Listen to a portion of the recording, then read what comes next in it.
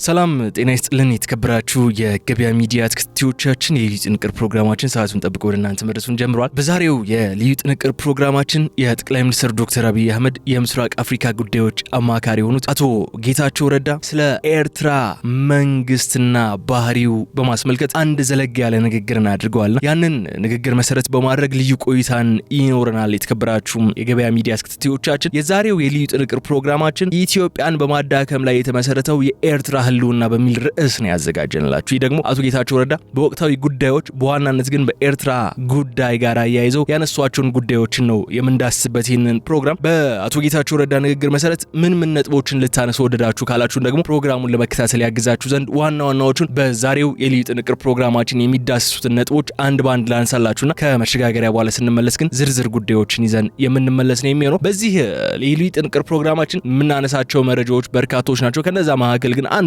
ባለፉት 100 ዓመታት የኢትዮጵያ መንግስታት ከአጼ ኃይለ ሥላሴ ጀምሮ ደርግ እንዲሁም ኢህአዴግን ከመውደቃቸውና ከመነሳታቸው ጋር በተያያዘ የሚነሳው አንዱ ጉዳይ የኤርትራ ጥያቄ አያያዝ ጋር የተያያዘ ነው የሚል ሐሳብን አንስተዋል አቶ ጌታቸው ረዳ። እንዴት እንመለከተዋለን? የኤርትራ ሀገረ መንግስት ምስረታ ሂደቱም እንዲሁም አሁን ያለው ህልውናው ሁሌም ቢሆን ኢትዮጵያን በማዳከምና በማፍረስ ስሌት ላይ የተመሰረተ ስለመሆኑ የገለጹበትና የኤርትራውን መንግስት ግልጽ ባህሪ ያስቀመጡበት ንግግር ማለት አቶ ጌታቸው ረዳ እሱንም እናነሳዋለን። ከዚህ ባሻገር ፕሬዝዳንት ኢሳያስ አፈወርቂ ሀገሪቱን ወይም ኤርትራን የሚመሩት በትጥቅ ትግል ወቅት በነበረው የሳህል ወታደራዊ ዲሲፕሊን ብቻ ነው የሚለው አስተያየትም ቀልብን የሚገዛው ነው አግኝተናል። ይህ አገላለጽ ሀገሪቱን ክፍት ካደረጋት የኢሳያስ መንግስት ወጣቱ እንደሚሰደድ ስለሚያውቅ ሆን ብሎ የተፈጥሮ ጸጋዎችና ወደቦችን ጥቅም ላይ እንዳይውሉ በማድረግ ህዝቡን አፍኖ ለመግዛት የዛኔው የትግሉ ዘመን እሳቤና ዲሲፕሊን በመንግስታቸው ላይ ተግባራዊ አድርገው እንደሚንቀሳቀሱ ለመግለጽ የተጠቀሙበት ሆኖ አግኝተናል። በሌላ በኩል ደግሞ በአሁኑ ወቅት ኤርትራ ከፍተኛ የህዝብ መመናመን እየገጠማት መሆኑና አብዛኛው ወጣት ሀገሪቱን ጥሎ የተሰደደ ከመሆኑም በላይ በሀገር ውስጥ የቀሩት ኤርትራውያን የእድሜ ባለጸጋዎች ብቻ ናቸው የሚለውን ሀሳብ ተነስቷል። የኤርትራ ጦር ደግሞ ምንም እንኳን ያረጁ ታንኮችና ከባድ መሳሪያዎች ቢኖሩትም በቴክኖሎጂም ሆነ በሰው ኃይል ረጅም ቀናት ሊያስቆጥር የሚችል ወታደራዊ አቅም የሌለው ከኢትዮጵያ መከላከያ ሰራዊት ጋርም ፊት ለፊት ቆሞ መጋፈጥ የማይችል ነው ሲል ያነሱት ሐሳብ አቶ ጌታቸው ረዳ በዛሬው የልዩ ጥንቅር ፕሮግራማችን እናነሳዋለን። ከዚህ ባሻገር ለረጅም ጊዜ በኢትዮጵያና በኤርትራ መካከል ሊኖር ስለሚችለው ጦርነት የሚነሱ መረጃዎች የሚኖሩ ትንተናዎችን ስንከታተል ቆይተናል። አሁን የጠቅላይ ሚኒስትር ዶክተር አብይ አህመድ የምስራቅ አፍሪካ ጉዳዮች አማካሪው አቶ ጌታቸው ረዳ የኤርትራ መንግስት በቀጥታ ወረራ የመፈጸም ወታደራዊ ብቃት የለውም፣ ዋናው ስጋት የኢትዮጵያን የውስጥ አክራፊና አማጺ ኃይሎችን በማደራጀትና በመደገፍ ኢትዮጵያ ከውስጥ መረጋጋት እንዳይኖራት የማድረግ ስልትን ነው የምትከተለው ኤርትራ የሚለውን ሐሳብ ተነስቷል። ከዚህ ባሻገር ደግሞ ምንም እንኳን እነዚህን ኃይሎች አሰማርታ ቀጥተኛ የሆነ ግጭትን ለማስጀመር ብትችልም ኤርትራ የራሷን ሰራዊት በቀጥታ ሳታሰልፍ የሌሎች ሀገራትን ለምሳሌ እንደ ግብጽ የመሳሰሉ ሀገራትን አጀንዳን ጭምር በሌሎች ኃይሎች አማካይነት በመጫን በርካሽ የማስፈጸም ፍላጎት እንዳለው አንስተዋል አቶ ጌታቸው ረዳ። እነዚህ ከኤርትራ መንግስትና ስርዓት ጋር በተያያዘ ያነሷቸው ነጥቦች ናቸው። በስፋት እንመለከታቸዋለን። የአቶ ጌታቸው ረዳ ንግግር ግን በዚህ ብቻ የሚያበቃ አይደለም። ለኢትዮጵያ ይበጃሉ ያሏቸውን ስትራቴጂዎችም አንስተዋል። ከነሱ መካከል ደግሞ የምናነሳቸው 1-3 ነጥቦች ይኖሩናል። የመጀመሪያው የሌሎች ኃይሎች ጥንካሬ የኢትዮጵያ ድክመት ውጤት ነው የሚለውን አንድምታ ያለው ሐሳብ ነው።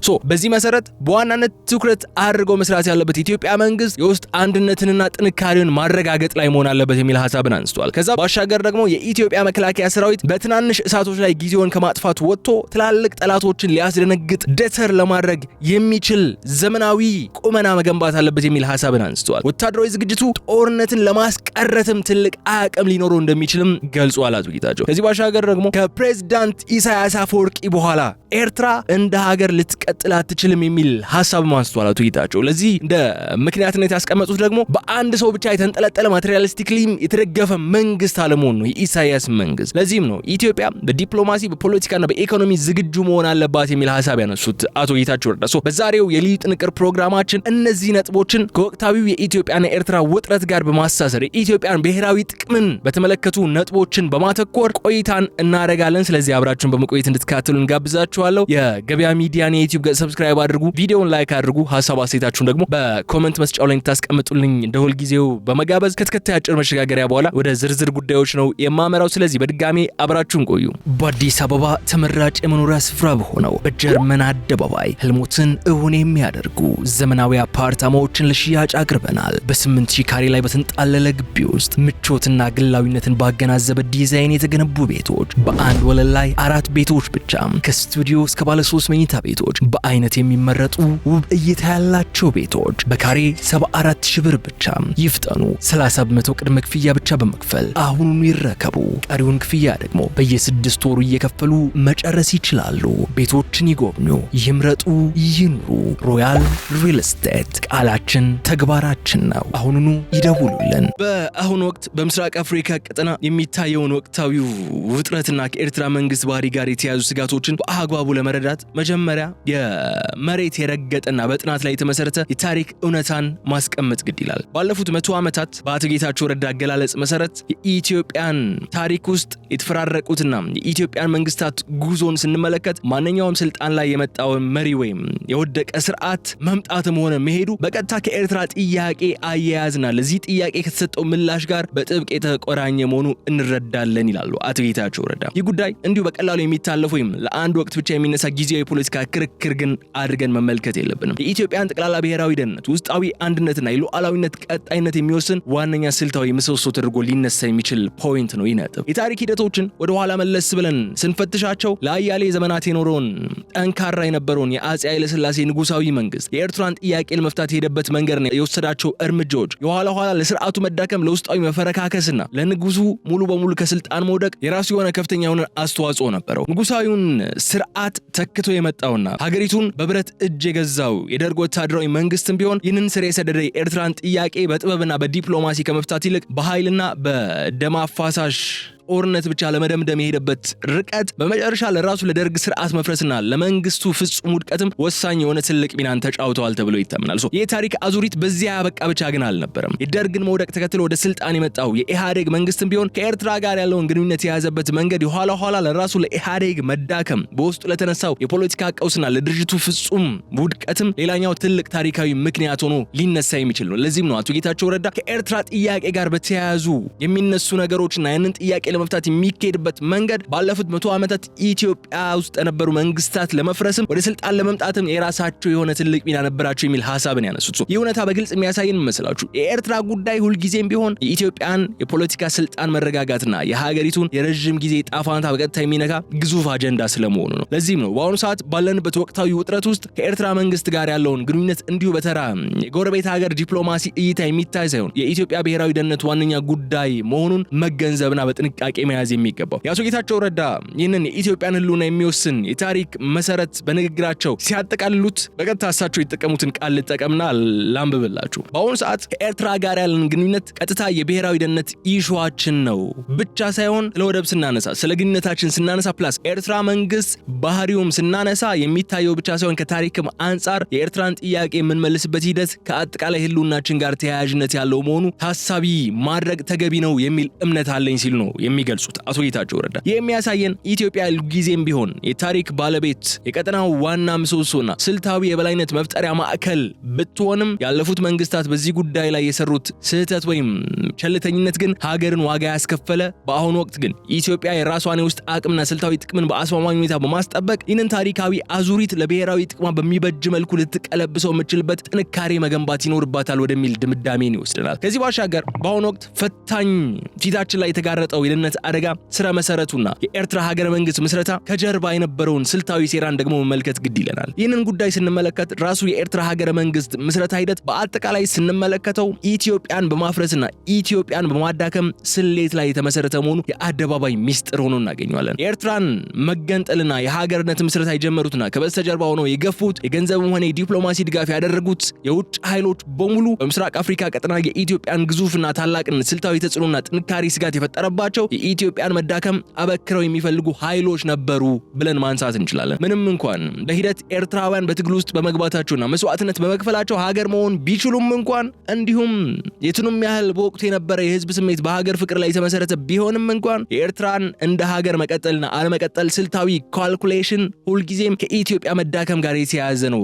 አድርገው የተቀመጡ። ከዚህ እውነታ ተነጥሎ ፍጹም ሊታይ የሚችል አይደለም። ይህ ጉዳይ የኤርትራው አገዛዝ የራሱን ህልውና ለማረጋገጥ የሚጠቀመው ስልት የጎረቤቱን ጥንካሬ በማዳከም ላይ መሆኑ ታሪክ ያሳየናል። እንዲያውም ከኤርትራ ጋር በአንጻራዊነት በጣም ጤነኛ ሰላማዊና የተቀራረበ ግንኙነት አለን ብለን በምናስብባቸው ዘመኖች ሳይቀር የኤርትራ ህልውና መረጋገጥ ስሌት ሁልጊዜም በአደባባይ ከኢትዮጵያ መዳከም ጋር እየተያያዘ የመጣ ጉዳይ ነው። አቶ ጌታቸው ረዳ ይህንን የኤርትራን ሀገረ መንግስት ምስረታ ባህሪና በኢትዮጵያ ላይ የተቃኘውን ስልታዊ አደጋ በንግግራቸው ላይ ሲያብራሩት እንዲህ ሲሉ ነው የሚያስቀምጡት። ብዙ ትንታኔ የማይፈልግ ራሱ የኤርትራ ሀገረ መንግስት ምስረታ ሂደት ራሱ ኢትዮጵያን በማፍረስና ኢትዮጵያን በማዳከም ላይ የተመሰረተ ነው። ይህ በሚስጥር ሚያዝ ሳይሆን በአደባባይ የሚነገርለት ነው ይላሉ። ኤርትራን ወደ ነጻነት እንቅስቃሴ ያስገቡት ኃይሎች ኢትዮጵያን መዳከም የሚፈልጉ ኃይሎች ናቸው። በሂደት ኤርትራውያን ትግል ውስጥ በመግባታቸው ሀገር ሆነው ኢፎሪያውንም የቱንም ያክል በሀገር ፍቅር ስሜት ላይ የተመሰረተ ቢሆንም የኤርትራ የሀገር መቀጠል እንዲሁም ያለመቀጠሏ ካልኩሌሽን ሁሌም ኢትዮጵያን ከማዳከም ጋር ተለያይቶ አይታይም ይላሉ። ጤነኛ ግንኙነት አለን በምንልባቸው ዘመናት ሳይቀር የኤርትራ ህልውና መረጋገጥ በአደባባይ ከኢትዮጵያ መዳከም ጋር ተያይዞ ነው የሚነሳው።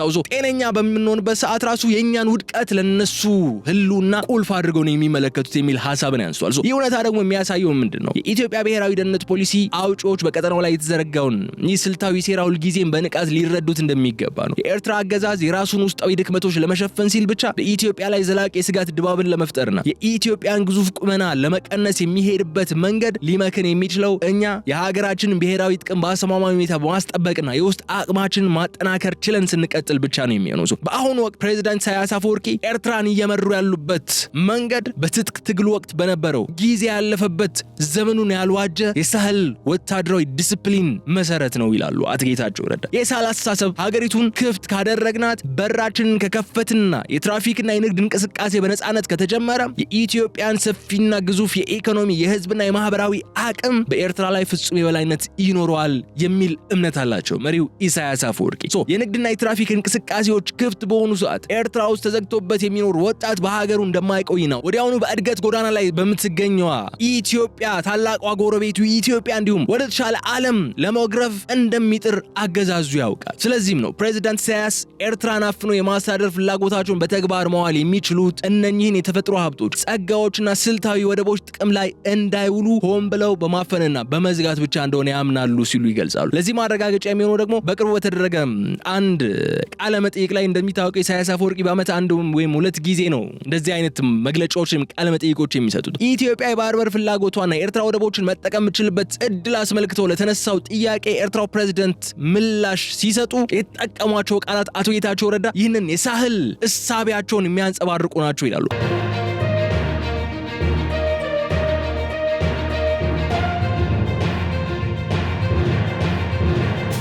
አቶ ጌታቸው ረዳ ይህንን የፕሬዝዳንት ኢሳያስ አፈወርቂን ንግግርና የተፈጠሩ ጸጋዎችን የማፈን ስልት ሲገልጹት እንዲህ ብለው ነው የሚገልጹት። ፕሬዝዳንት ኢሳያስ ሀገሪቱን የሚመሩት በትጥቅ ትግል ወቅት በነበረው የሳህል ወታደራዊ ዲሲፕሊን ብቻ ነው። የአስተሳሰብ ሀገሪቱን ክፍት ካደረግናት ወጣቱ እንደሚሰደድ እናውቃለን። ሆን ብለው የተፈጠሩ ጸጋዎችና ወደቦችን ጥቅም ላይ እንዳይውሉ በማድረግ ህዝቡን አፍኖ ለመግዛት ነው የሚጠቀምበት። ለዚህ ማረጋገጫ የሚሆነው ደግሞ የቅርቡ ቃለ መጠይቃቸው ወይም መግለጫቸው ነው ይላሉ። የጅቡቲን ወደብ ከምንጠቀም የእናንተን ብንጠቀም ይሻላል እኮ የሚሉን አሉ። ግን ጅቡቲ ተፈጥሮ የሰጠቻትን ጸጋ ነው ትጠቀምበት። እኛ የጅቡቲን ቢዝነስ ለመሳብ ብለን ወደቦቻችንን ክፍት አናረግም የሚል አንድምታዊ መልእክት ያለውን ንግግር ነው ያደረጉት የሚል አገላለጽን ተጠቅመዋል አቶ ጌታቸው ረዳ። ደግሞ ምንድነው የሚያሳየው? የኤርትራው አገዛዝ የሀገሪቱን እድገትና የህዝቧን ተጠቃሚነት ሙሉ በሙሉ ወደ ጎን በመተው የሳህልን ወታደራዊ ቀንበር ለማስቀጠልና የገዛ ህዝቡን አፍኖ ለመግዛት ሲል ብቻ ወደቦች እንዳይለሙ ሆን ብሎ የዘግቶ መያዙ ነው። ኢትዮጵያ በቀጠናው ያላትን ግዙፍ የኢኮኖሚ አቅምና የገበያ ስፋት የኤርትራን ወደቦች ማልማትና ቀጠናውን መለወጥ የሚችል ዋነኛ ሞተር መሆኑ የታወቀ ቢሆንም የኤርትራው መሪ ግን ይህንን እድል መፍቀድ የራሳቸውን የሳህል አስተሳሰብ ማብቂያ መሆኑን ስለሚረዱት በሩን ጥርቅም አድርገው ስለመዝጋታቸው ይነገራል። አገሪቱ በአሁኑ ወቅት ሰብአዊና ማህበራዊ መሰረቷም ሙሉ በሙሉ እየተናደባት ነው የሚገኘው። ኤርትራ ከዚህ ቀደም ለነጻነት እንቅስቃሴው በነበረው ያ የድሮ ስሜትና ዩፎሪያ ላይ ተመስርቶ ህዝቡን በአንድነት ማቆየት የሚቻልበት ዘመን አሁን ሙሉ በሙሉ እያበቃለት እንደሆነ እየተመለከትን እንገኛለን። ያ ስሜት አሁን በኤርትራ ህዝብ ዘንድ ፍጹም የደበዘዘበት ደረጃ ላይም ደርሷል። አገዛዙ የፈጠረው ተስፋ መቁረጥ ያስከተለው ዋናው መዘዝ የሀገሪቱ የጀርባ አጥንት የሆነውን አብዛኛው ወጣቱ ኃይል አገዛዙና ሀገሪቱን ሙሉ በሙሉ ጥሎ ስለመሰደዱ ነው እየተነሳ ያለው መረጃ። በዚህ ምክንያትም ነው በአሁኑ ወቅት በሀገር ውስጥ የቀሩት የእድሜ ባለጸጎችና አረጋውያን ብቻ ናቸው የሚል ነጥብ የሚነሳው። ይህ ዲሞግራፊክ ክራይሲስ ወይም የህዝብ መመናመን ቀውስ ደግሞ ለኤርትራ የህልውና አደጋ እየሆነባት ነው ያለው። በተቃራኒው ደግሞ ኢትዮጵያ ያላትን ሰፊ ወጣትና አምራች የሰው ኃይል የበላይነት ይበልጥ ጎልቶ እንዲወጣ ያደርገዋል። በተጨባጭ መረጃዎች መሰረት የኤርትራ ህዝብ ቁጥራውን በአስደንጋጭ ሁኔታ እየቀነሰ ነው እየመጣ ያለው። በአሁኑ ወቅት ከተለያዩ የአፍሪካ ሀገራት ወደ ውጭ ከሚሰደዱት ወጣቶች መካከል ከፍተኛውን ቁጥር የሚይዙት ከዚቹ ትንሿ ጎረቤት ሀገር የሚመጡ ወጣቶች ናቸው። ይህ የሀገሪቱን ባዶ የመቅረት የወጣቱ ተስፋ መቁረጥና የህዝብ ፍልሰት መጠን አቶ ጌታቸው ረዳ በአንድ አስገራሚ አገላለጽ ጠቅልል አድርገው ያስቀምጡታል። ከረን የኤርትራ ሁለተኛ ትልቅ ከተማ ነች። ሊትራሊ ግን ከከረን ይልቅ በርካታ ኤርትራውያን በካምፓላ ውስጥ ይኖራሉ፣ ዩጋንዳ ካምፓላ ውስጥ ይኖራሉ የሚል አስተያየት ነው ያስቀመጡት አቶ ጌታቸው ረዳ። ይህ አቶ ጌታቸው ረዳ ንግግር የሚያሳየን የኤርትራ ሁለተኛዋ ትልቅ ከተማ እንኳን የገዛ ህዝቧንና ወጣቷን ማቆየት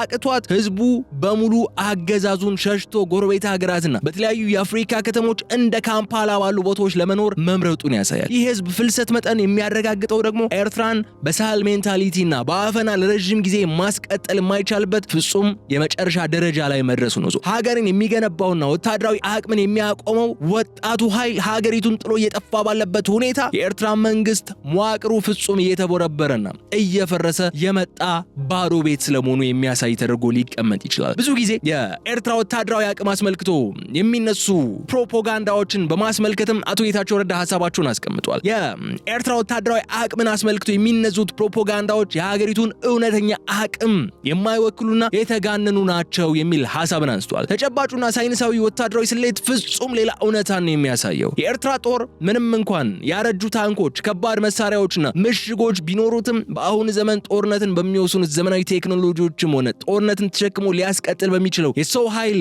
ረገድ ረጅም ቀናት ሊያስቆጥር የሚችል ምንም አይነት እውነተኛ ወታደራዊ አቅምና ውጊያን የመዋጋት አቅም የለውም ይላሉ። ሀገሪቱ ያለባት የወጣት ኃይል መመናመን ቀውስ የሰራዊቷን የመተካት አቅም ሙሉ በሙሉ ከማዳከሙም በላይ ከተገነባውና በሰው ኃይልም ሆነ በቴክኖሎጂ እጅግ የላቀ ከሆነው ከኢትዮጵያ መከላከያ ሰራዊት ጋር ፊት ለፊት የመጋጠም አቅም ፈጽሞ የላትም ብለዋል። የኢትዮጵያ ሰራዊት ያለው ፈጣን የማጥቃት ብቃት እንዲሁም የኤርትራን ወታደራዊ ምሽግ በአንድ አቅጣጫ ብቻ በመስበር ወደ መሃል ሀገር በቀናት ሰዓታት ውስጥ የመግባት እድልን በተመለከተ አቶ ጌታቸው ረዳ በንግግራቸው ላይ ሲያነሱት እንዲህ ሲሉ ነው። ባረጁ ታንኮች ላይ ብቻ ተመስርተ የምታደርገው ጦርነት ቴክኖሎጂካል አድቫንቴጅም ሳይኖርህ ዲሞግራፊክ አድቫንቴጅም ሳይኖርህ እዚህ ግባ የሚባል ቀናት ሊያስቆጥርልህ አይችልም። ኤርትራን በአንድ አቅጣጫ ከሰበርናት ወደ መሃል ለመግባት ቀናት ብቻ ነው የሚፈልገው፣ ምናልባትም ሰዓታት። ዋናው ምሽግ ተሰበረ ማለት ከዛ በኋላ የመንዳት ጉዳይ ነው የሚሆነው የሚል ሐሳብን አንስቷል አቶ ጌታቸው ረዳ። ይህ ከባድ ወታደራዊ ትንተና የሚያሳየን ደግሞ የኤርትራ መከላከያ የተመሰረተበትን የድሮው የታንኮች መዋቅር በዘመናዊ የኢትዮጵያ አየር ኃይል በድሮን ቴክኖሎጂና በሰለጠነው እጅግ ግዙፍ የሰው ኃይል ፊት ረጅም ቀናት መቆም የማይችል መሆኑን የሚያሳዩ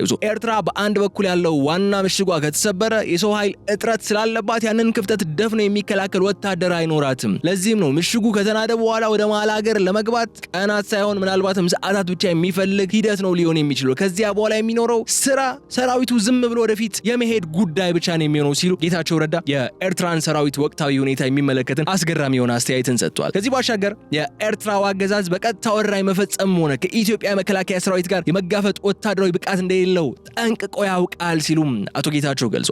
የራሱን ደካማ ህልውና ለማስቀጠልና ኢትዮጵያን ግዙፍ ቀጠናዊ ተጽዕኖ ለመግታት የሚከተለው ብቸኛው ስልት የኢትዮጵያን የውስጥ ትርምስ እንደ ዋና መፍትሄ መቁጠር ነው። የኤርትራ መንግስት በቀጥታ ከኢትዮጵያ ጋር ጦርነት ውስጥ ገብቶ ከመውደም ይልቅ በኢትዮጵያ ውስጥ ያሉ የተለያዩ የፖለቲካና የወታደራዊ ውስጥ አኩራፊና አማጺ ኃይሎችን በማደራጀት በሀገራችን ውስጥ ምንም አይነት ዘላቂ ሰላምና መረጋጋት እንዳይኖር የማድረግ ስልትን በዋናነት የሚከተል ነው። የአካሄድ ዓላማውም እኛ በውስጥ ችግሮቻችን ተጠምደን እንድንዳማና የውጭ ስጋቶችን ለማየት ጊዜ እንዳይኖረን ማድረግ ነው የሚል ሐሳብን ያነሱት። ይህንን አደገኛና ስውር የሴራ ስልት አቶ ጌታቸው የተጠቀሙትን ቃላት በግልጽ ተጠቅመን ስናነሳው ኤርትራ በኢትዮጵያ ላይ የምትደቅነው የናሽናል ሴኩሪቲ ስጋት ብዙ ትንታኔ የሚፈልግ አይደለም። በተግባር በተደጋጋሚ እየታየ የመጣ ኦልሞስት ጄኔሬሽንስ የተመለከት ነው። ኢትዮጵያ ውስጥ ያሉ ዲስግረንትልድ አኩራፊ ኃይሎችን በማደራጀት ኢትዮጵያ ውስጥ ምንም አይነት ስቴቢሊቲ እንዳይኖር ማድረግ ነው ትልቁ ስጋቱ ሲሉ ያስቀምጧል።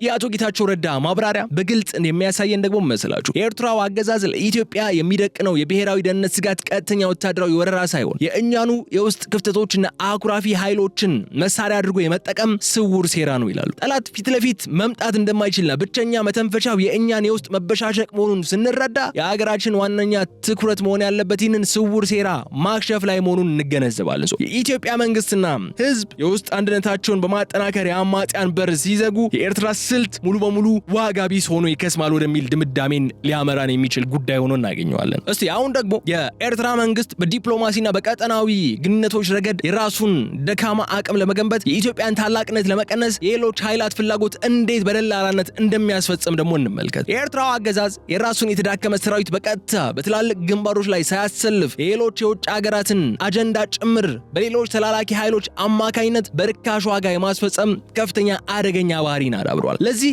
ዋነኛው ምስክር የሚሆነው ደግሞ መስላችሁ እንደ ግብጽ ያሉ ታሪካዊ የኢትዮጵያ ተቀናቃኝ ሀገራት በቀጠናው ላይ በተለይ ደግሞ የታላቁ የኢትዮጵያ ህዳሴ ግድብን ስራና የሀገራችን ስልታዊ እቅዶች ለማደናቀፍ ያላቸውን ጸረ ኢትዮጵያ ፍላጎት ኤርትራ የምታስፈጽምበት መንገድ ነው። ግብጽ የራሷን ሰራዊትና መደበኛ ጦር በቀጥታ በዚህ ቀጠና ላይ አታሰልፍም። ምክንያቱም ያንን ማድረግ የሚያስከትለው ቀጥተኛ ዋጋ ታውቀዋለች ግብጽ። ነገር ግን ኤርትራ የግብጽን ፍላጎት ተቀብላ የኢትዮጵያን የውስጥ አማጽያን በማሰልጠንና በማስታጠቅ የሌሎችን አጀንዳ በሰው እጅና በርካሽ ዋጋ የማስፈጸም የኪራይ ስራን ትሰራለች። ፕሬዚዳንት ኢሳያስ የራሳቸውን ደካማ ሰራዊት በቀጥታ ጦርነት ውስጥ ከማስገባት ይልቅ ከባድ መሳሪያ ተኳሾችና ሜካናይዝድ አሰልጣኞችን ብቻ በስውር በመላክ ሌሎች የሀገር ውስጥ የኪራይ ኃይላትን በማሰለፍ ጦርነቱ ከኤርትራ ድንበር አርቀው ኢትዮጵያን ለመረበሽ ይጥራሉ። ይህንን የሌሎች አጀንዳ በርካሽ የመሸከምና የማስፈጸም ስልት በአቶ ጌታቸው ረዳ አገላለጽ መሰረት ጠላት በቀጠናችን ላይ የሚሸርበው ተንኮልና በስተጀርባ ያሉትን እውነተኛ ተዋናዮችን በቀላሉ ለመለየት ይረዳል። ኢትዮጵያ በቀጠናው ያላትን ግዙፍና የማይናወጥ ዲፕሎማሲያዊ ቁመና ይህንን የደላላነት ሴራ በቀላሉ ማክሸፍ የሚያስችል ከመሆኑም በላይ የኤርትራው አገዛዝ የሌሎችን አጀንዳ በርካሽ ለማስፈጸም የሚሄድበት ርቀት ሀገሪቱን ይበልጥ ብቻዋ እንድትቆምና ውድቀቷ እንዲፋጠን አሳልፎ የሚሰጥ መሆኑን የሚያረጋግጥልን ነጥብ ሆኖ እናገኘዋለን። ይህንን ብለን ግን ወደ መጨረሻው ወደ ማጥቃለያችን ስንመጣ የተከበራችሁ የገበያ ሚዲያ ተከታታዮቻችን ይህንን ወቅታዊ የኢትዮጵያ እንዲሁም የኤርትራ ውጥረት ሙሉ በሙሉ ለመቀልበስና የኢትዮጵያን ስልታዊ የበላይነት በአስተማማኝ ሁኔታ ለማረጋገጥ ለኢትዮጵያ ሀገራችን የሚበጁት ዋና ዋና ታላላቅ ስትራቴጂዎች ምንድናቸው የሚለውን በአቶ ጌታቸው ረዳ ንግግር መሰረት ተመልክተን የልዩ ጥንቅር ፕሮግራማችን እናጠቃላለን። 3 ዋና ታላላቅ ስትራቴጂዎችን ያስቀምጣሉ አቶ ጌታቸው። አንደኛውና ዋነኛው ስልታዊ የሆነው ነጥብ የሌሎች ኃይሎች ጥንካሬና ተጽዕኖ ሁልጊዜም ቢሆን የኛ የውስጥ ድክመት ውጤት መሆኑን በጥልቀት መገንዘብ የሚለው ነው። ጠላቶቻችን እኛን ሊነኩ የሚችሉት እኛ በውስጣችን ተከፋፍለን ክፍተት ስንፈጥርላቸው ብቻ ነው። ስለዚህም ነው የኢትዮጵያ መንግስትና ህዝብ በዋናነት ትኩረት አድርገው መስራት ያለባቸው የውስጥ አንድነታቸውንና የኢኮኖሚ ጥንካሬያቸውን በአስተማማኝ ሁኔታ ማረጋገጥ ላይ ነው። ሁለተኛው ስትራቴጂ ደግሞ የኢትዮጵያ ሀገራችን ቁልፍ መከላከያ መዋቅርን የሚመለከት ጉዳይ ነው። የኢትዮጵያ መከላከያ ሰራዊት በትናንሽ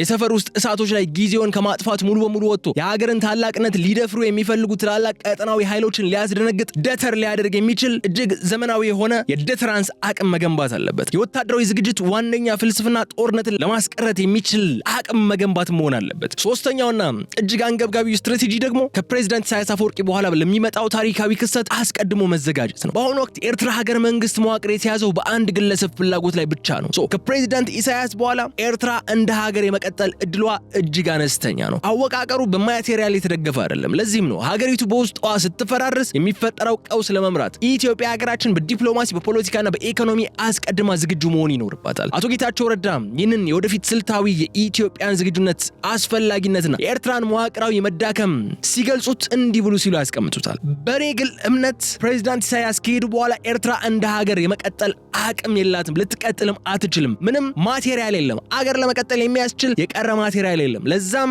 ምን ያክል ዝግጅት ማድረግ አለብን የሚለው በዲፕሎማሲያዊ በኢኮኖሚያዊ በፖለቲካዊ መንገድ ሬዲ መሆን መቻል አለብን የሚል ነጥብን ነው መጨረሻ ላይ አቶ ጌታቸው የሚያስቀምጡት። እኛም ይህንን ነጥብ አስቀምጠን እዚህ ላይ እንቋጫለን ፕሮግራማችን። ይህ የሚያሳየን ግን መሰላችሁ ኢትዮጵያ መጪውን ጊዜ ታላቅና ስልታዊ ስራዎችን የሚጠይቃት ጊዜ መሆኑን ነው። እኛ የሀገር ውስጥ ስራችንን ማጠናከር፣ ህዝባችንን ማልማትና የውስጥ አንድነታችንን ማጠናከርና ማረጋገጥ ስንችል ከድንበራችን ባሻገር የሚሸረቡ ማናቸውም ሴራዎች ሙሉ በሙሉ መክነው የሚቀሩበት እድል ይፈጠራል። የኢትዮጵያ ታላቅነት፣ ቀጠናዊ የበላይነትና ብሔራዊ ደህንነት ዋስትና ግን በአስተማማኝ ሁኔታ የሚገነባው በዚህ ታሪካዊ እውነታ ላይ ስለመሆኑ መገንዘብ አለብን በማለት የዕለቱን የልዩ ጥንቅር ፕሮግራማችን እዚህ ላይ እንቋጫለን። የተከበራችሁ የገበያ ሚዲያ ተከታታዮቻችን አብራችሁን በመቆየት ስለተከታተላችሁ እጅግ አድርጌ አመሰግናችኋለሁ። የገበያ ሚዲያን ዩቲዩብ ገጽ ሰብስክራይብ አድርጉ፣ ቪዲዮንም ላይክ አድርጉ። ሐሳብ አስተያየታችሁን ደግሞ በኮሜንት መስጫው ላይ እንድታስቀምጡ ጋብዤ እዚህ ላይ እሰናበታለሁ። መልካም ቆይታ፣ መልካም ምሽት።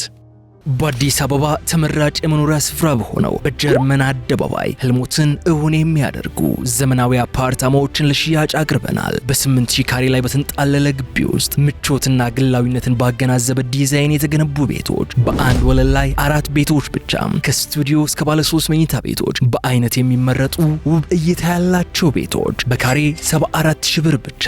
ይፍጠኑ! 30 በመቶ ቅድመ ክፍያ ብቻ በመክፈል አሁኑኑ ይረከቡ። ቀሪውን ክፍያ ደግሞ በየ6 ወሩ እየከፈሉ መጨረስ ይችላሉ። ቤቶችን ይጎብኙ፣ ይምረጡ፣ ይኑሩ። ሮያል ሪል ስቴት ቃላችን ተግባራችን ነው። አሁኑኑ ይደውሉልን።